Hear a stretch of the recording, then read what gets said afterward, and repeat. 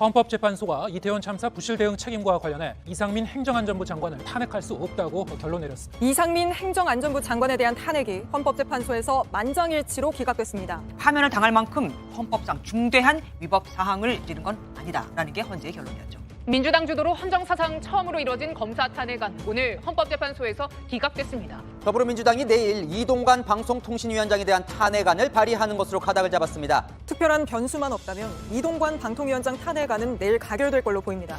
그럼 이동관 위원장의 직무는 곧바로 정지되고 방통위도 사실상 기능이 마비됩니다.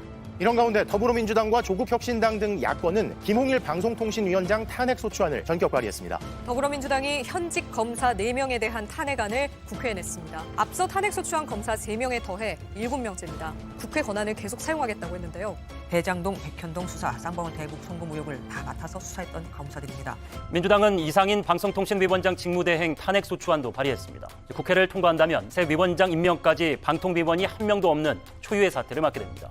이진숙 방통위원장에 대한 탄핵소추안이 국회를 통과했습니다. 사흘 동안 청문회를 한 것이나 취임 3일차에 직무가 정지된 것이나 모두 초유의 일입니다. 헌법재판소의 결정이 나올 때까지 이진숙 위원장의 직무는 정지됐고 방통위는 사흘 만에 다시 1인 체제가 됐습니다. 민주당은 계속 이 탄핵 전국을 이어갈 계획입니다. 헌정사상 초유의 감사원장 탄핵, 서울중앙지검장 탄핵이 현실화 수순에 들어갔습니다. 윤석열 정부 들어 18번째 탄핵 추진입니다. 감사원장과 검찰관도 3명에 대한 탄핵소추안이 오늘 국회 본회의 문턱을 넘었습니다. 헌법재판소의 판단이 나올 때까지 이들의 직무는 정지됩니다.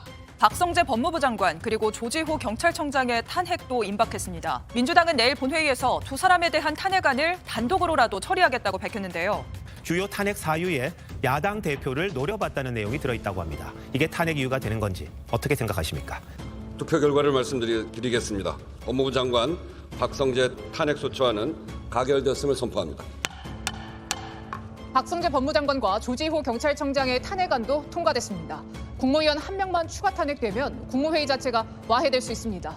네, 방금 들어온 속보 전해드리겠습니다. 민주당이 김용현 국방장관 탄핵소추안을 발의했습니다. 투표 결과를 말씀드리겠습니다. 대통령 윤석열 탄핵소추안은 가결되었음을 선포합니다. 윤석열 대통령 탄핵소추안이 의결된 지 2주 만에 이번에는 한덕수 대통령 권한대행의 탄핵안이 통과됐습니다. 지난 14일 윤석열 대통령이 탄핵소추된 지 13일 만으로 권한 대행을 맡은 국무총리까지 탄핵소추돼 직무가 정지된 건 우리 헌정사상 초유의 일입니다. 이제 대통령의 권한은 최상목 경제부총리 겸 기획재정부 장관에게 넘어가 최 부총리는 대통령 권한과 국무총리 직무를 대행하는 1인 3역을 하게 됐습니다.